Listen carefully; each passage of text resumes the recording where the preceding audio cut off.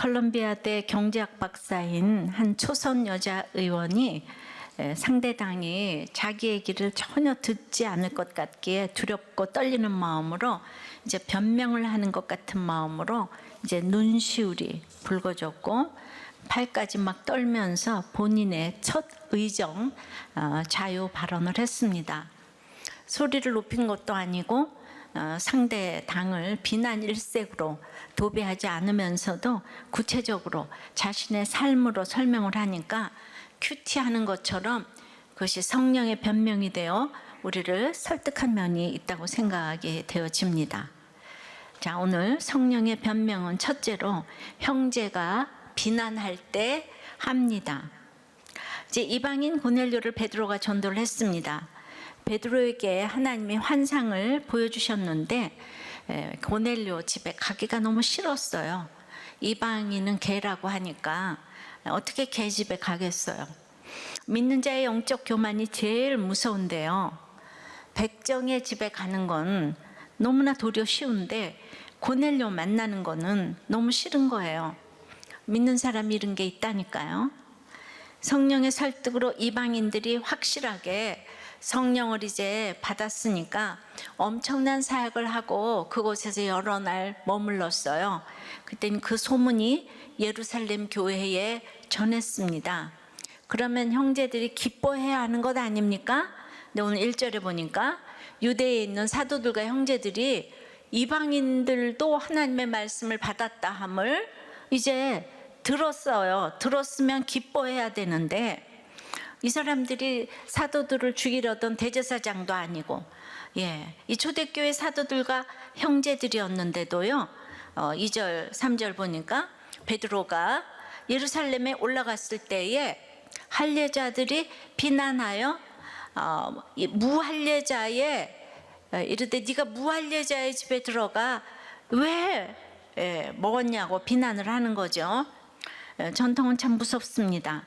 당시 유대인들 사이에서의 그 이방인의 회심이라는 사건은 교회 전체가 초미의 관심을 갖고 협력하여서 해결해야 할 문제지만은 그들의 회심 소식에 기뻐하기보다는 그들이 할례 안 받았잖아.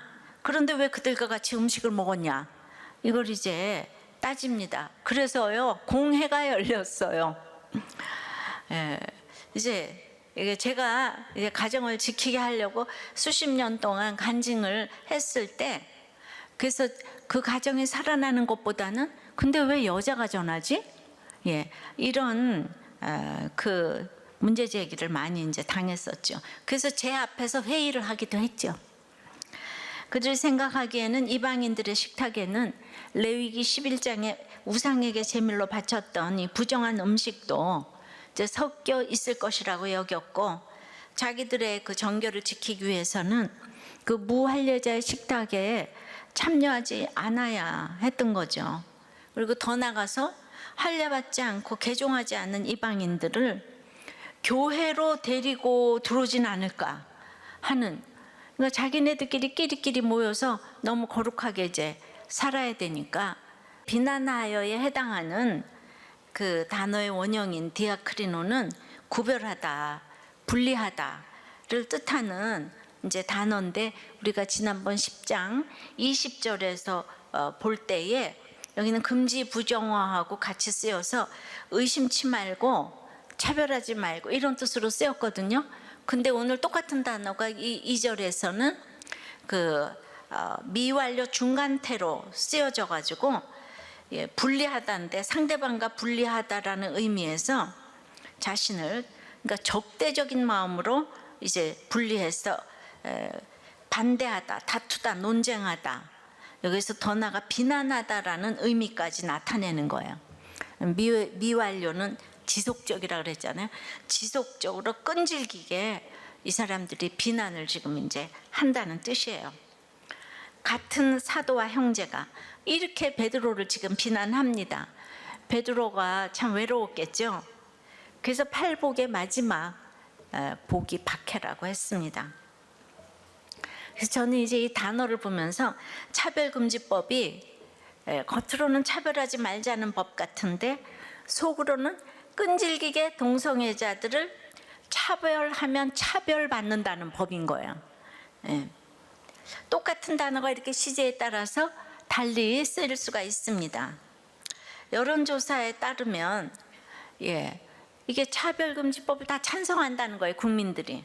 그러니까 차별금지법을 찬성하냐고 물으니까 80%가 찬성을 했잖아요. 근데 똑같은 여론조사가 동성애를 찬성하냐 그러면 80%가 반대를 한다는 거죠.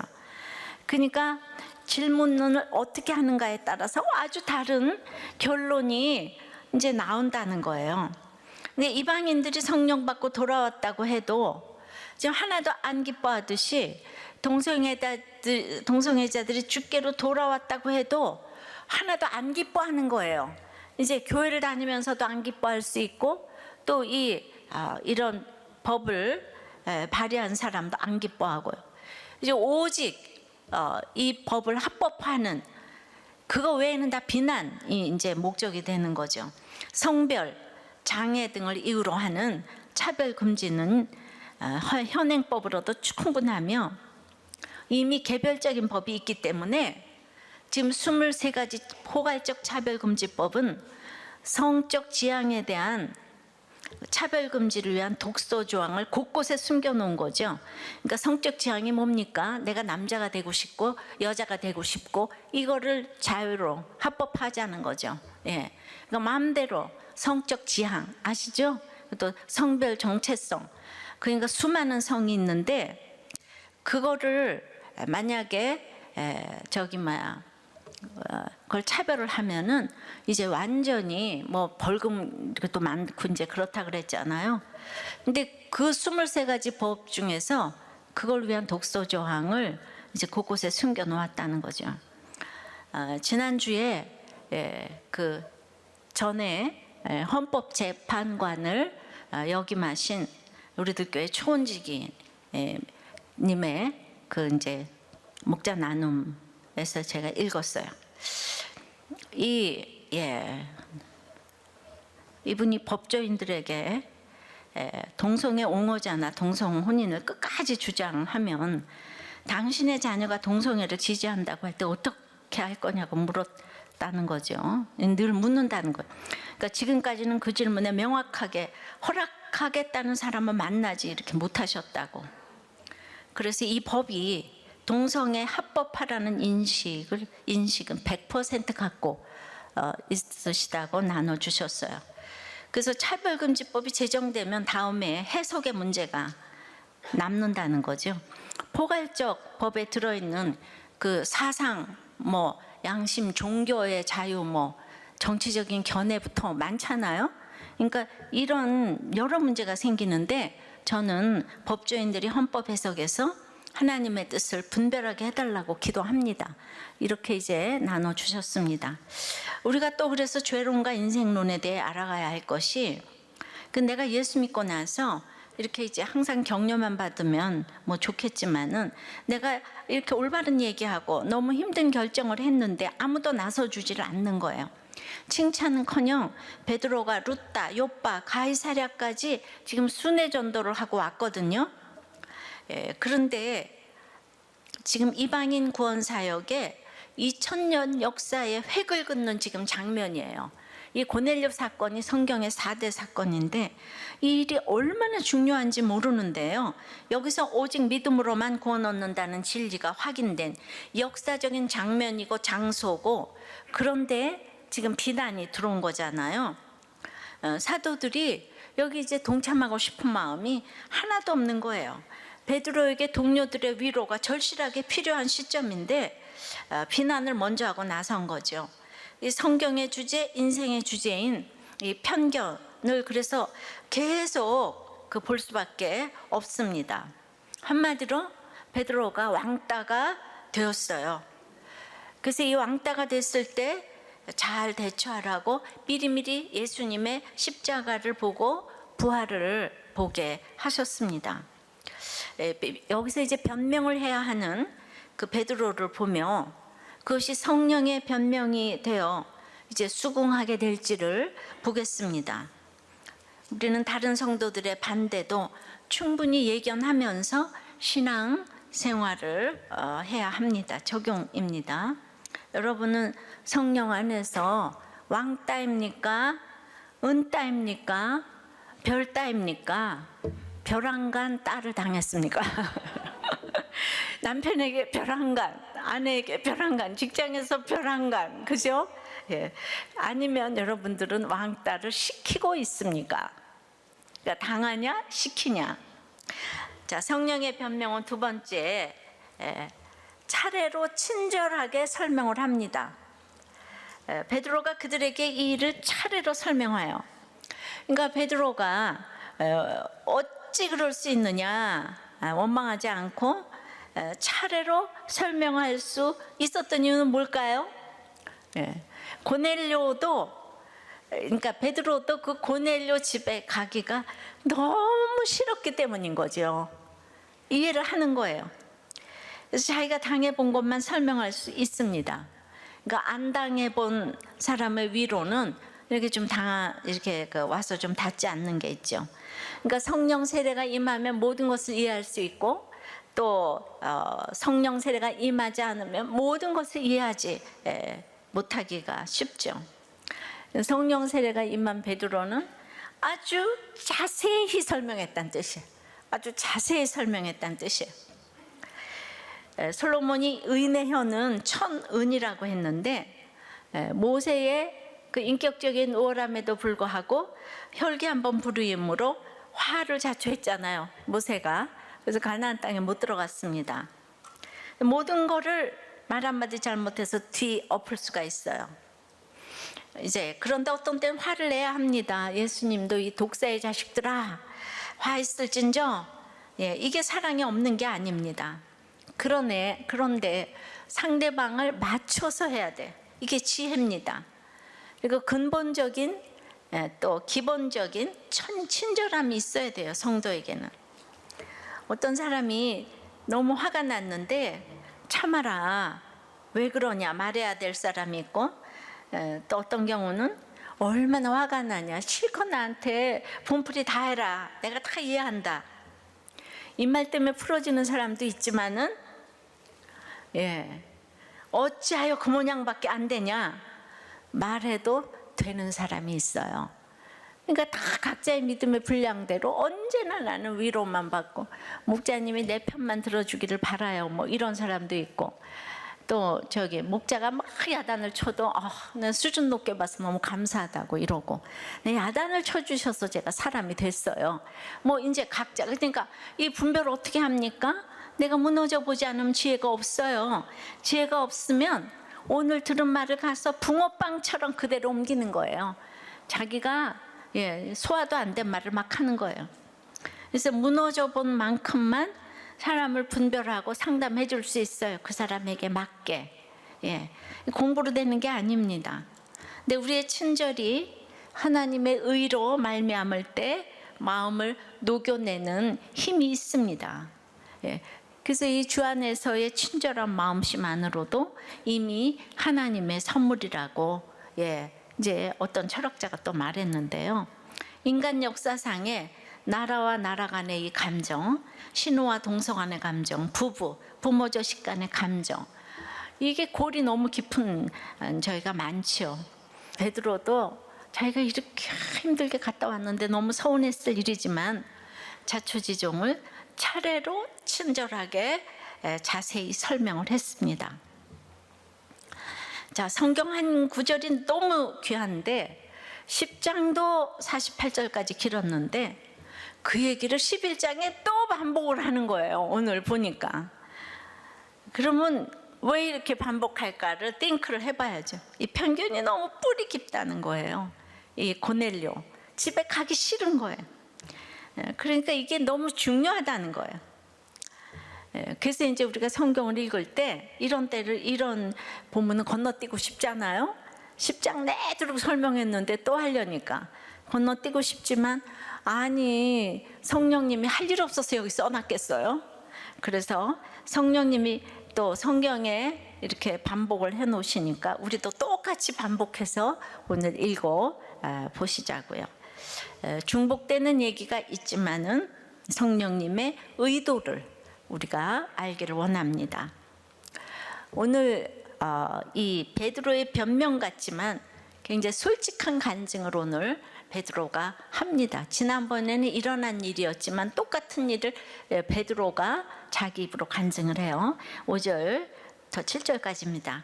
이르되 내가 욥바시에서 기도할 때 황홀한 중에 한 상을 보니 큰 보자기 같은 그릇이 내 귀에 매어 하늘로부터 내려 내 앞에까지 드리워지거늘 이것을 주목하여 보니 땅에 네 발 가진 것과 들짐승과 기는 것과 공중에 나는 것들이 보이더라. 또 들으니 소리 있어 내게 이르되 베드로야 일어나 잡아먹으라 하거늘. 이제 보자기 같은 게 내려왔는데 거기 각종 부정한 짐승과 이제 막 새들이 다 있는 거예요. 너무 징그럽고 싫어요. 그리고 레위기 11장에서 그 못 먹는 음식들을 다 정해놨지 않아요? 그걸 문자적으로 지금 뭐 안식교나 뭐 이런 데서 이렇게 그걸 하죠, 그죠? 예. 그러니까 그 먹지 말라는 거 다 있어요. 그런데 부정한 짐승을 먹지도 말린 먹은 사람하고 또 같이 있기만 해도 부정한데 그거를 보여주고 그 다음에는 먹어라, 일어나서 먹어라. 예, 시청각적으로 다 역사하시는 거예요. 일어나 결단하고 잡아먹으라 그러는 거예요. 일어나는. 그러니까 이제 8절에 내가 가로되 주여 주님 그럴 수 없나이다.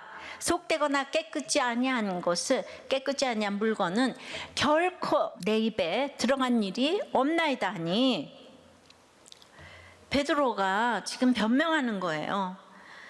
자신도 너희 그 할례당과 하나도 다름이 없는 가치관을 내가 가졌다는 거죠.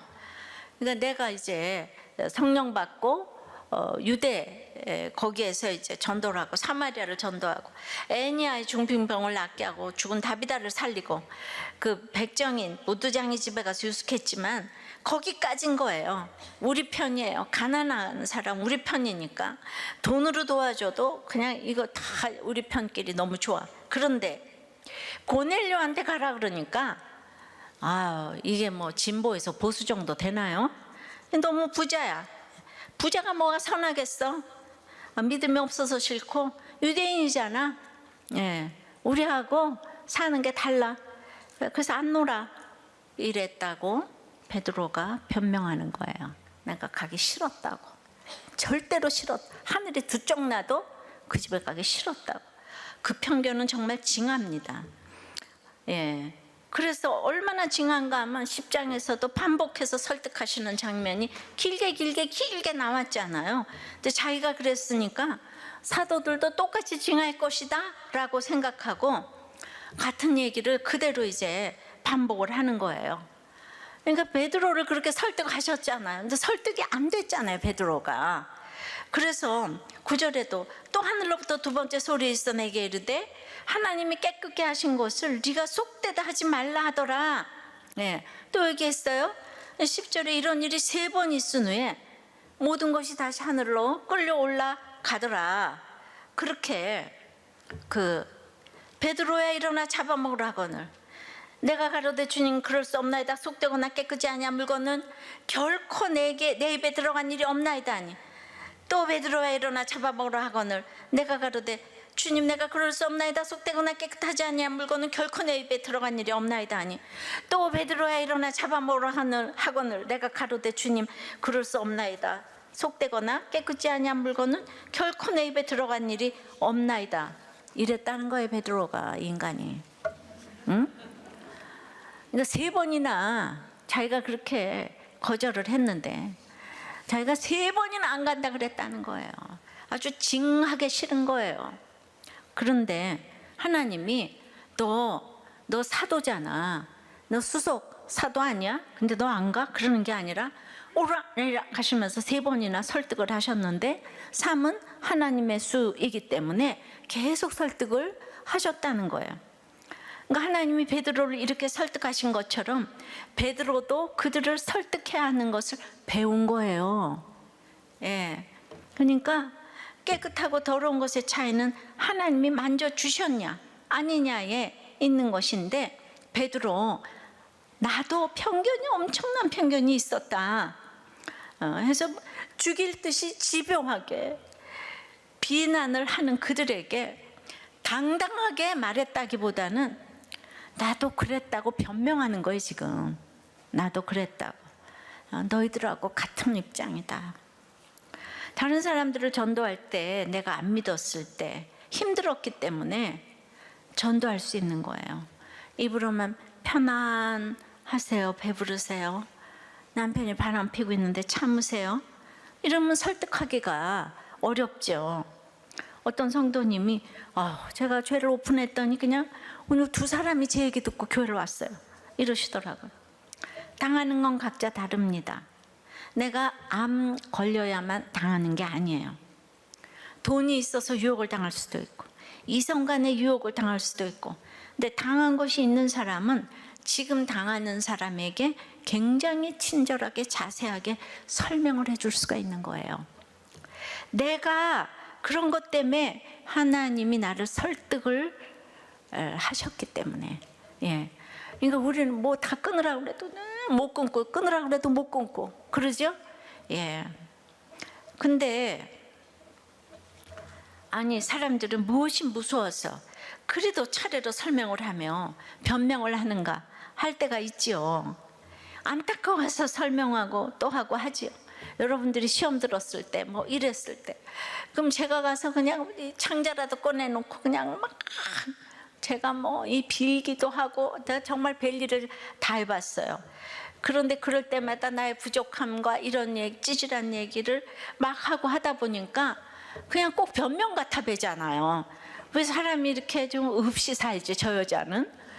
그럼 목사님이 너무 없어 보여. 좀 이렇게 당당하지를 못하고 나는 이랬는지 저랬는지 이랬는지 이렇게 얘기를 하니까 이게 꼭 변명 같아 보이잖아요. 아유, 갈 테면 가거나 뭐 있을 테면 이러는 거지. 뭐 그냥 성도 하나 가지고 랄랄랄 이렇게. 그러니까 꼭 변명 같아 보여. 그렇게 해서 이제 뭐라 못 먹어요, 뭐라 못 먹어요, 뭐라 못 먹어요 하는데, 11절에 마침 세 사람이 내가 유숙한 집 앞에 서 있으니 가이사랴에서 내게로 보낸 사람이라.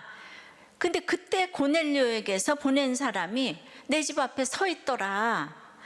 그런데 12절에 성령이 내게 명하사 아무 의심 말고 함께 가라. 이게 디아크리니라고 그랬죠 아까.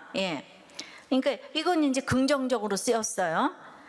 그러면서 이 6 형제도 나와 함께 가서 그 사람의 집에 들어가니 마침은 없어요. 하나님의 백성은요, 이 시간이 모두 하나님이 창조하신 시간이고 필연의 시간이에요. 그러니까 이제 베드로가 내가 너무 고민하고 묵상을 하고 있는데 성령님이 함께 가라고 보내신 이방인 세 사람이 왔다면, 이게 성령이 명하시는 명하시는 것이고 우리는 그거를 들으면 되는 거죠. 바로 이거를 말씀의 적용이라고 하죠. 근데 성령이 함께 하셔야지 우리가 그게 적용을 하죠. 성령님이 함께 하지 않으면 절대로 안 듣죠. 세 사람이 고넬료에게서 왔는데 내가 세 사람을 더 보태서 데리고 여기 같이 왔다. 유대법의 증인은 7명이 완전수예요. 세 사람 자기까지 7명이잖아요. 그러니까 내가 무슨 얘기를 할 때 증인이 있으면 빛이 나잖아요, 그죠? 우리 어디를 갈 때 같이 가고 홀로 가고를 매사에 결정을 잘해야 되는데, 누구랑 같이 가서 일이 되는 수가 있고 일이 비틀어지는 수가 있어요. 그래도 잘 모르겠지만 그래도 말씀으로 인도 안 받고 같이 갈까요? 보낼까요? 같이 갈까요? 이거 물어봐야 돼요. 그래서 늘 이게 중요한 얘기예요. 적용이에요. 오늘 누구와 함께 가야 구원의 사역에 도움이 될 것인가? 말씀을 보면서 항상 구원 때문에 적용하시기 바랍니다. 그러면은 나는 아무리 말씀을 봐도 모르겠어요. 모르면 기도하세요. 물어보세요. 진심으로 가르쳐 달라고 기도하세요. 그렇게 말씀 보고 기도하면요, 환상 가운데도 가르쳐 주시고 또 환경으로도 인도하십니다. 그렇게 해서 이제 그 고넬료 집에 들어갔더니 13절서부터 15절까지 그가 우리에게 말하기를 천사가 내 집에 서서 말하되 네가 사람을 요바에 보내어 베드로라는 시몬을 청하라. 그가 너와 네 온 집에 구원 얻을 말씀을 네게 이르리라 함을 보았다 하거늘 내가 말을 시작할 때에 성령이 저희에게 임하시기를 처음 우리에게 하신 것과 같이 하는지라. 그러니까 베드로가 그 짐승을 먹고자 고넬료에게 가고자 하는 마음이 하나도 없었지만은 성령이 말씀하셔서 왔다. 근데 고넬료를 만나보니까 고넬료도 그럴 마음이 하나도 없었지만 천사의 지시를 받아서 구원 얻을 말씀을 듣고자 베드로를 청했다고 하더라. 그러니까 베드로와 이제 고넬료는 사람의 생각은 들어올 틈이 없었고 둘 다 성령의 역사로 만나게 된 거예요. 이거 지금 공회에서 보고하는 얘기죠. 자기 지금 간증하는 거예요. 사울 같은 성경 박사에게도 구원 얻을 말씀이 필요하고, 그래서 그 사람이 성경 박사인데 그걸로 사람 죽였잖아요. 스데반도 죽이고. 고넬료 같이 하나님을 경외하는 사람도 구원 얻을 말씀이 필요한 거예요. 의인도 성경 박사도 구원 얻을 말씀이 필요합니다. 성령은 베드로가 받은 성령, 고넬료 가정에 임한 성령이 차이가 지금 없다고 하는 거예요.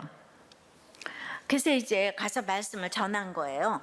나무에 달아 죽인 예수님을 사흘 만에 다시 살리사 산 자와 죽은 자의 재판장으로 정하신 자가 이 사람인 것을 증언하게 하셨고 그 예수의 이름을 힘입어 죄 사함을 받는다 하였다고 이렇게 말을 이제 복음을 전한 거, 화평의 복음을 전했잖아요.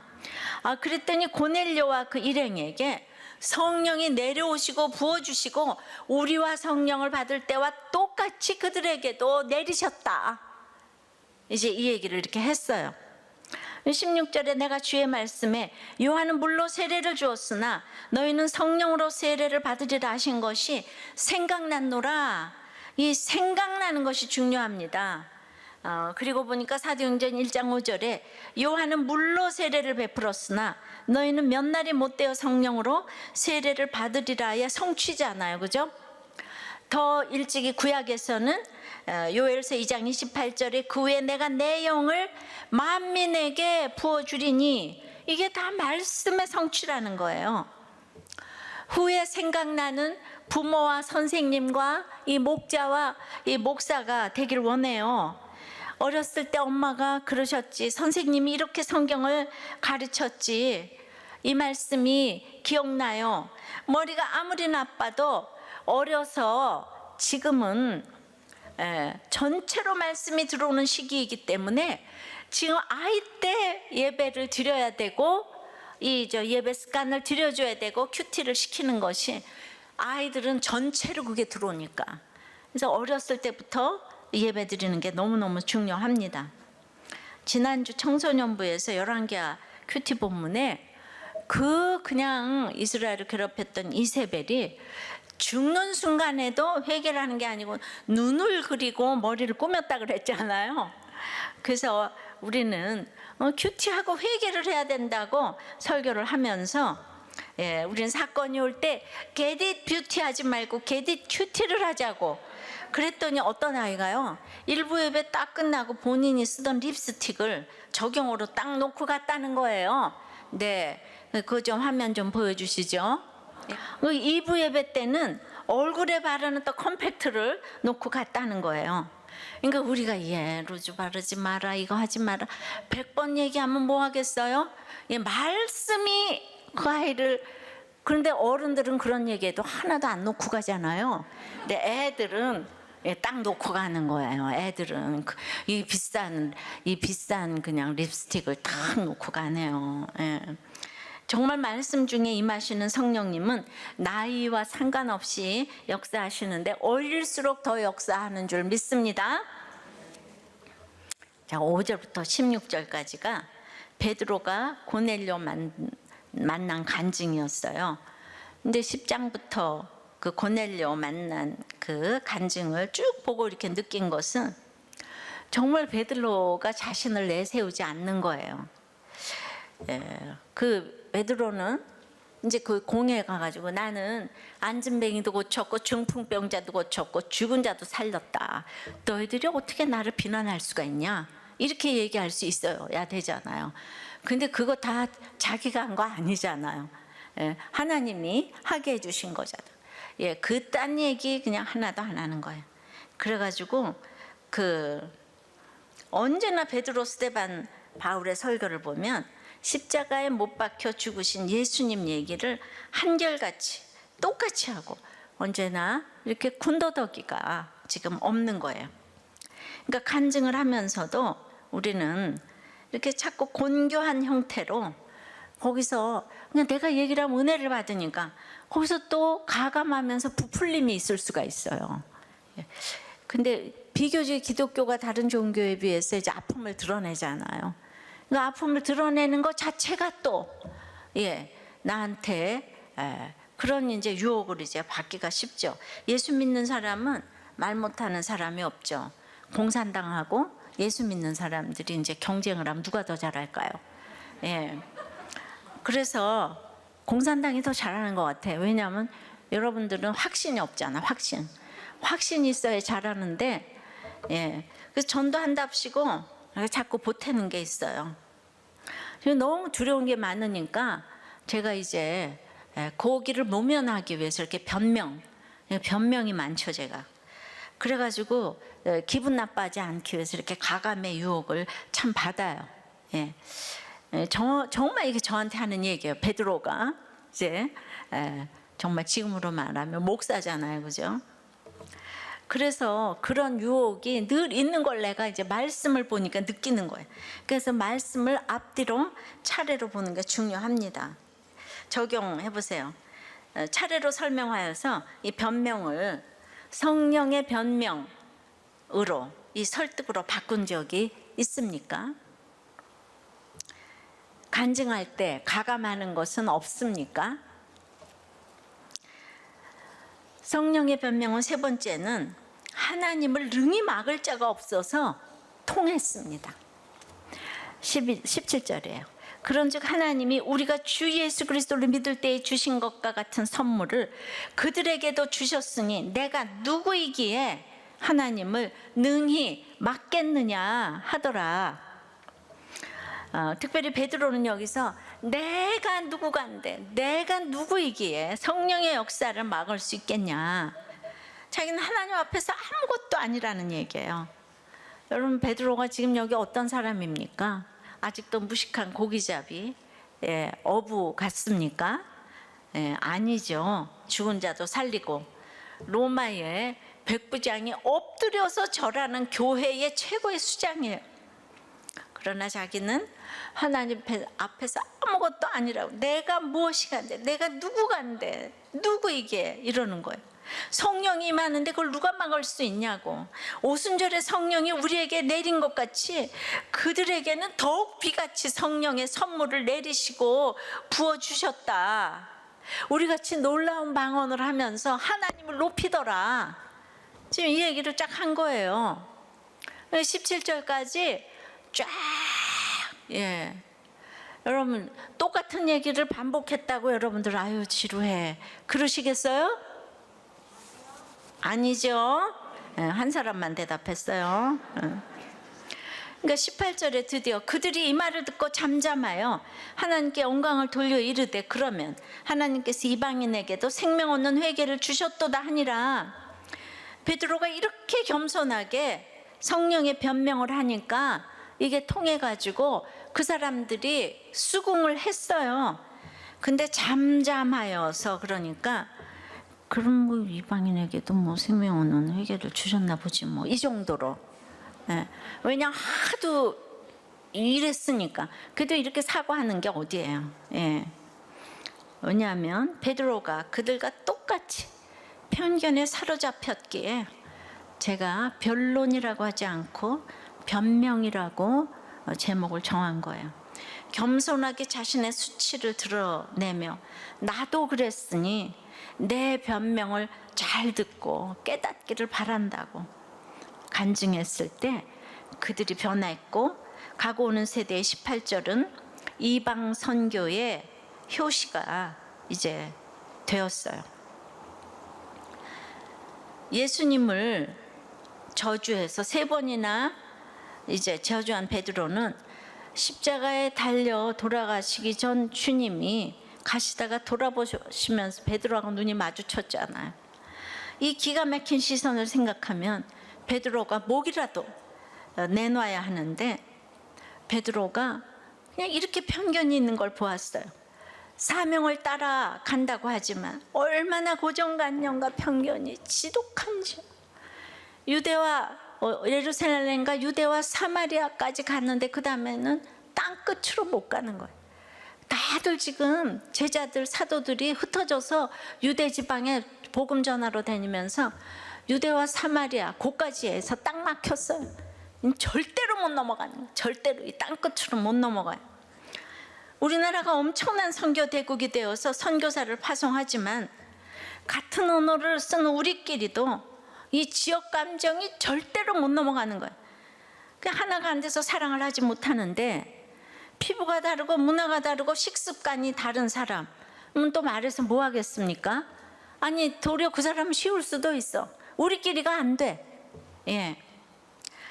할 수 없는 것이 너무 많은 것 때문에 정말 주님께 죄송합니다. 예. 그럼에도 안 되는 이 땅끝이 그 유대인에게 막히고 막힌 이방인 선교가 바로 베드로 한 사람의 적용으로 뚝이 터졌어요. 나는 늘 제자리에 있는 것 같아도 예수님 한 사람의 순종으로 많은 사람을 살리신 것처럼 베드로 한 사람의 순종으로 또 인류가 복을 받았어요. 예, 우리 한 사람의 순종으로 여러분이 복을 받고, 교회가 복을 받고, 목장이 복을 받고, 나라가 복을 받을 줄 믿습니다. 아무리 설교하고 또 해도 여전히 선거만 하면 몰표가 나오고 해결이 안 되는 이 지역 감정 얘기를 또 좀 해야 되겠어요. 제가 개척하고 얼마 안 돼서 추수감사절 교구 감사 자랑대회를 했는데, 제가 이제 심사 기준으로 창의성, 준비성, 기술을 이제 본다고 했어요. 예. 이게 성령이 임하니까 학벌이 좋은 데서 창의성이 나오는 게 아니고, 이게 진짜 학벌이 없는 데서 가장 창의성이 나오더라고요. 예. 그러니까 그때 뭐 봉숭아 학당인가를 패러디한 것 같았는데, 그때가 사도행전 큐티할 때인가 그랬어요. 그러니까 이제 라운드 거리 나와서 막 그냥 흔들면서 이제 이렇게 이제 도는 거예요. 지금은 메테보 하는 거 있잖아요. 그러면서 경상도 버전으로 사울아 네가 우짤라고 나를 이 억수로 핍박하노? 이제 이러면서 한 바퀴 돌고, 그 다음에는 또 흔들어대면서 전라도 버전으로 사울아 네가 못담시 나를 이러도 징하게 핍박해 부리냐잉. 그러니까 그냥 그럴 때마다 우리가 정말 배꼽을 잡았어요. 근데 이제 주로 여자들이 그러잖아요. 남자들은 거룩하게 나와서 찬송가 몇 장 이거 그냥 부르고 들어가요. 고난 많은 여자들은 어떻게 그런 생각을 해냈냐고 하니까, 어떻게 하면 이 감사 자랑 대회를 보면서 구원을 생각할까, 바쁜데도 와서 이 별거 없네 이러면 어떡하나, 여기서도 구원을 봐야 할 거 아닌가, 우리 남편이 와서 또 오고 싶어야 될 거 아닌가. 예. 그래서 이렇게 막 웃기기도 하고, 어떤 경우는 한 미모하는 사람들만 또 한복을 입어 보통은 이제 이렇게 별로, 그런데 여기 막 세련됐어요. 그리고 이제 촛불을 넣고 감사의 제물을 막 대단한 감사 제물인 것처럼 포장해서 바구니에 어마어마하게 이제 담아놓고 한 사람씩 감사의 제목을 이제 카드에서 읽어가면서 감사를 하는데, 그게 너무너무 세련된 막 어마어마한 감사 제물을 놓고 읽는데, 보니까 감사 제목이 내가 암에 걸렸는데부터 시작해가지고, 아이가 가출했는데, 남편이 바람 폈는데, 중독인데, 뭐 이걸 막 눈물이 없이는 못 듣는 얘기를 너무 세련된 여자들이 그냥 계속 읽어가니까 거기 뭐 상 줬어요. 제가 뇌물에 눈이 어두워서 그 교구를 상을 줬다고 그러던데, 그 뇌물인 재물이 뭔가 하면은 그 피망하고 뭐 초콜릿 이런 거였는데, 하도 그냥 이 포장을 그냥 근사하게 해가지고 제가 뇌물에 눈이 어두워서 상을 주셨다고 그러더라고요. 예. 그러니까 여기는 그냥 뭐 없어도 있는 것처럼 포장을 잘하더라고요. 한복도 어디서 또 다 빌려왔는지 그냥. 그래서 제가 너무 웃긴 데를 1등을 줘야 할 것인가, 울린 데를 1등을 줘야 할 것인가 고민하다가 우리가 늘 우니까 그때는 웃긴 데를 1등을 줬어요. 큐티와 정치와 시사를 망라한 이런 거를 어찌 이렇게 할 수 있나 싶었어요. 우리의 고정관념이 너무 뿌리 깊지만 이렇게 해서 바뀌어지는 거예요. 그런데도 아직도 선교 때마다 몰표가 나오잖아요. 그래서 경상도 사람 뽑으니까 경상도에서 억수로 정치 잘했습니까? 잘했습니까? 그 전라도 사람만 뽑으니까 전라도에서 찡하게 잘해 물었어요. 성경과 인생은 저무도록 그 주제이기 때문에 다루고 또 다뤄도 아직도 멀었습니다. 아직도 안 변했어요. 예. 그래서 저는 그 축제를 하면서 전라도 경상도의 편견이 극복되는 건 이건 그냥 우리들 교회부터 시작해야 되는 큰 사명이구나. 이게 프로젝트구나. 이런 예민한 걸 다루면서도 어쩌면 이렇게 재밌을 수가 있는가. 예. 그래서 저는 이 일이 이루어져야 된다고 생각하고 이루어질 걸 믿습니다. 적용을 좀 드리겠어요.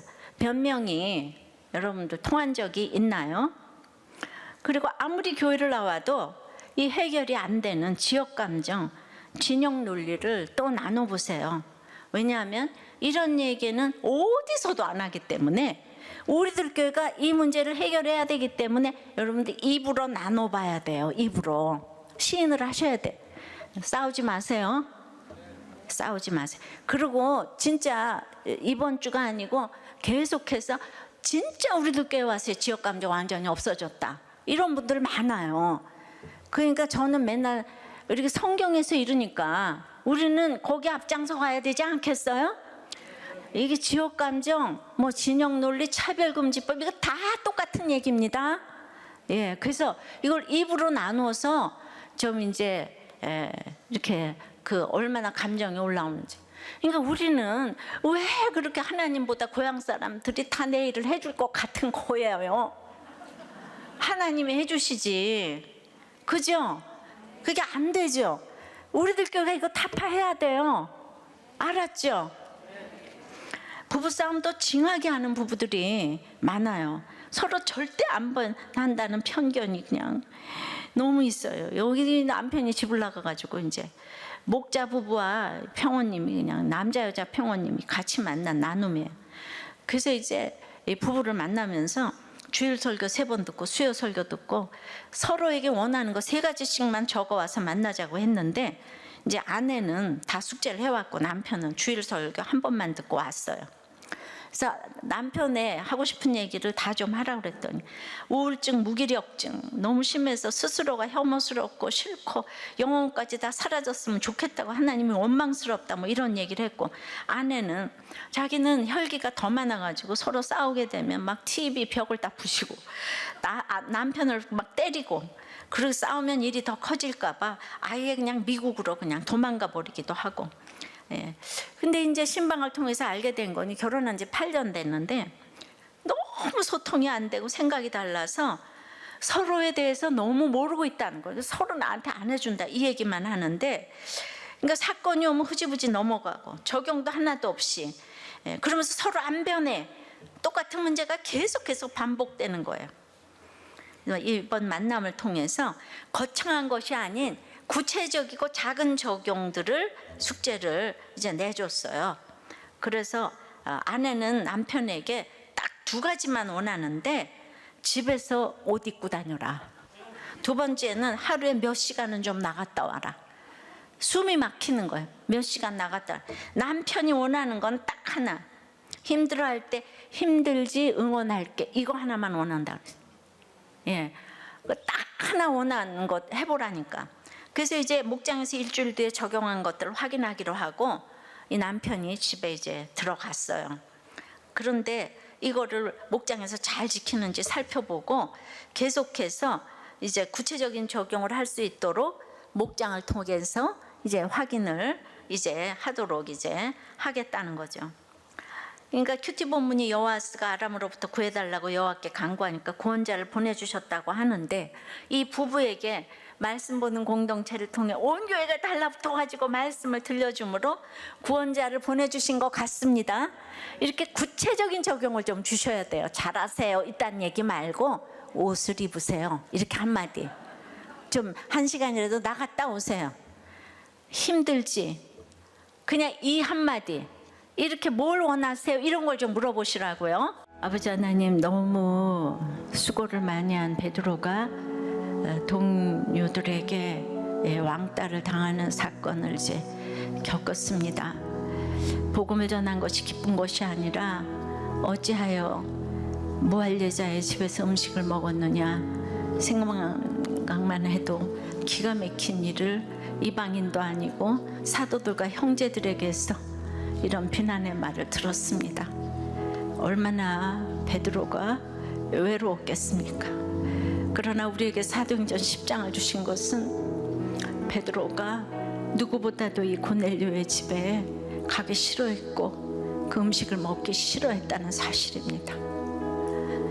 이것을 덮고 자기는 그냥 복음 전해서 고넬료 집이 이제 구원받았다고 자랑할 일만 있는데, 하나님은 속지 않으시고 베드로가 한 것이 아무것도 없다고 그 치부를 드러내기 원하셨습니다.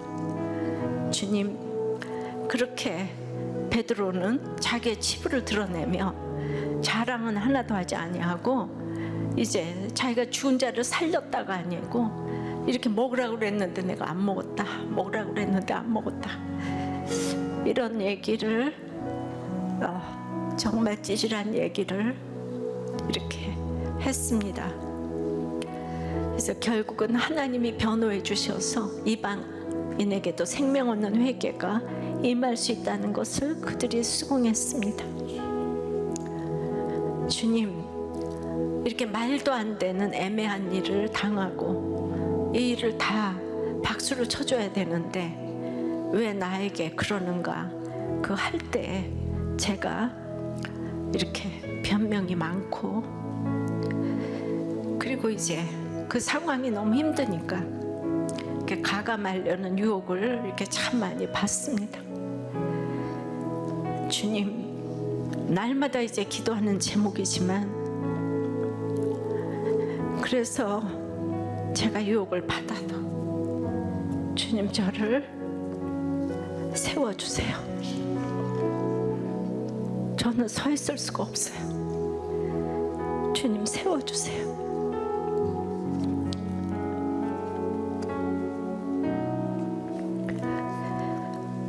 그래서 이렇게 말씀을 보니까 베드로가 또 이렇게 이런 문제를 이렇게 해결하고 가는 것을 보니까 또 이렇게 살아야 되니까 나는 그럴 마음이 없는데 성령이 명하시니까 이 길을 또 가야 되는 것이 아닌가 싶습니다.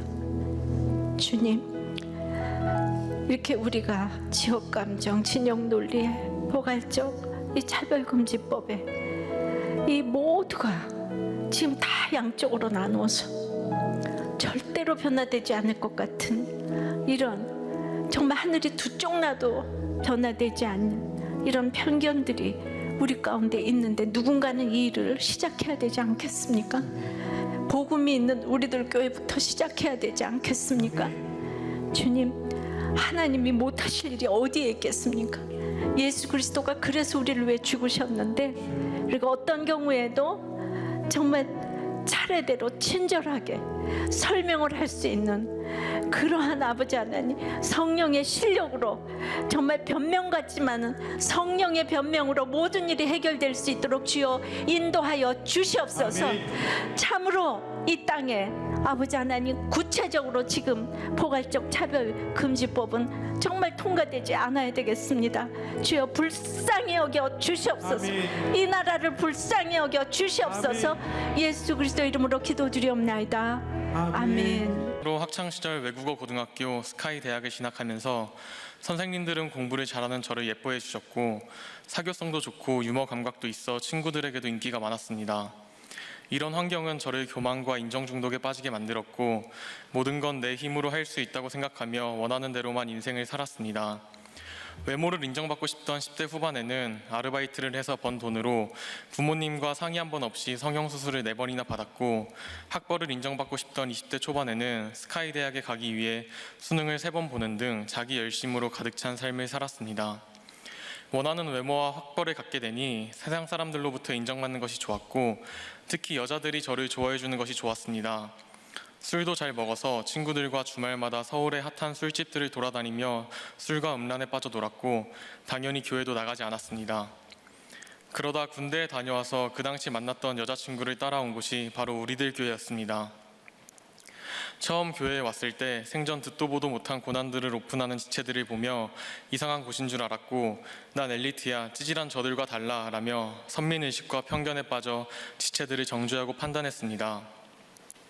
말씀이 들리지 않으니 결국 당시에 만나던 여자친구와도 헤어졌고, 그 후로 교회도 떠나고 이별의 슬픔을 잊어보자는 핑계 아래 술과 음란에 더욱 깊이 빠지게 되었습니다. 그러다 작년 5월 평소처럼 친구들과 술을 먹고 클럽에 갔는데, 클럽 안에서 어떤 여자가 저를 성추행으로 신고하는 사건이 발생했습니다. 클럽이라는 장소의 특성상 어느 정도의 스킨십은 당연하다고 생각했기 때문에 저는 억울한 마음과 분노로 가득 찼습니다. 하지만 현실은 성범죄 특별법이 강화되어 재판까지 가서 형사처벌을 받아야 했고, 비교적 가벼운 벌금형만 받더라도 10년 동안 신상정보 등록을 해야 했습니다. 이 사건은 저에게 해달별이 떨어지는 사건이었습니다. 스스로 엘리트라고 생각하며 범죄자들을 정죄하고 무시했던 저였기에 제가 범죄자, 그것도 성범죄자가 되어 10년 동안이나 신상정보를 등록해야 한다는 사실을 받아들이기가 힘들었습니다. 수치스러운 마음에 가족, 친구 그 누구에게도 이 사건에 대해 말하지 못했고, 저는 우울증과 신경증으로 하루하루 죽어갔습니다. 그때 찌질한 나눔을 하던 우리들 교회 공동체가 생각났고, 담임 목사님의 붙어만 있어라, 고난이 축복이다 라는 말씀이 생각나 다시 우리들 교회로 찾아오게 되었습니다. 그리고 지푸라기라도 잡는 심정으로 여름 휴가로 유럽 여행을 가기 위해 예약해놨던 비행기를 취소하고 아울리치를 신청했습니다. 죽고 싶을 만큼 힘들었던 저에게 아울리치를 통해 만난 지체들은 친절하고 따뜻하게 말씀과 위로로 다가와 주었습니다. 하나님의 의로 말미암는 친절은 사람의 마음을 녹여내는 힘이 있다고 했는데, 제가 편견을 갖고 있던 찌질한 지체들이 저에게 더없이 큰 위로와 안식처가 되는 것을 경험하며 그들을 비난하고 모두를 왕따시키던 제 모습을 회개하게 되었습니다. 또한 하나님께서는 아울리치를 통해 믿음의 스승인 지금의 여자친구를 동반자로 붙여주심으로써 환난 가운데 실족하지 않을 수 있게 도와주셨습니다. 처음 겪어보는 재판 과정은 생각보다 시간도 오래 걸리고 돈도 많이 들어가니 지치고 힘들었지만 여자친구를 따라 같이 큐티하고 기도하며 잘 붙어나갔습니다. 그러다 올해 1월 수련회에서 말씀을 듣는 중에 갑자기 성령이 임하시는 기적을 경험했습니다. 30년 인생 처음으로 모든 말씀이 들리기 시작했고, 하나님의 사랑이 느껴졌으며 뜨거운 눈물이 흘렀습니다. 수련의 말씀을 통해 클럽 사건이 그 안에 있던 수많은 사람들 중에 나에게만 일어난 억울한 사건이 아니라 하나님께서 나를 택하신 사건임이 깨달아졌습니다. 또한 성령이 임하시면 효과적으로 도우시고 어떤 문제도 게임 아웃이라고 하셨는데, 정말 제 힘으로 어떻게 할 수 없었던 사건이 해석되기 시작했습니다. 5월 재판 당일에는 이사야 53장 6절 큐티 말씀을 통해 죄가 하나도 없으신 예수님이 범죄자 취급을 당하시면서도 우리의 구원을 위해 불평하지 않으신 모습을 보고 100% 죄인인 저에게 이 재판은 감당해야 할 내 삶의 결론이라는 것이 인정되었습니다. 그제서야 분노와 억울했던 마음이 사라지고 예수님께 대한 죄송함과 감사의 기도가 나왔습니다. 6월 재판 결과 선고일에는 로마서 6장 22절 큐티 말씀으로 죄사함과 천국에 대한 확신을 주시고 현재의 재판 결과에 연연하지 않을 수 있도록 위로해 주셨습니다. 제 수준이 낮으니 하나님께서는 그때마다 구원 얻을 말씀을 주셔서 위로와 사랑을 느끼게 해주셨으며 재판 결과도 최근 사회 분위기상 나올 확률이 5%가 되지 않는다는 선고 유예 결과를 받게 해주셔서 제가 그토록 두려워하던 범죄자가 되는 것을 막아주셨습니다. 그렇게 성령 세례를 받은 이후로 제 의지로는 끊을 수 없었던 술을 완전히 끊게 되었고 교회와 공동체의 마음이 생기니 세상 친구들과의 관계도 자연스럽게 멀어졌으며 교회 지체들에게 마음을 열고 그들을 좋아하게 되었습니다. 내가 무너져보고 성령이 임하면 다른 지체를 이해할 수 있다고 하셨는데 그동안 이해되지 않던 지체들의 고난이 체휼되는 기적도 경험하고 있습니다. 죽을 죄인이었던 저를 만세 전부터 택해 주시고 큰 사랑과 은혜 베풀어 주신 하나님 감사합니다. 고난의 때에 말씀을 생각나게 해주셔서 교회로 돌아올 수 있게 해주신 담임 목사님 감사합니다.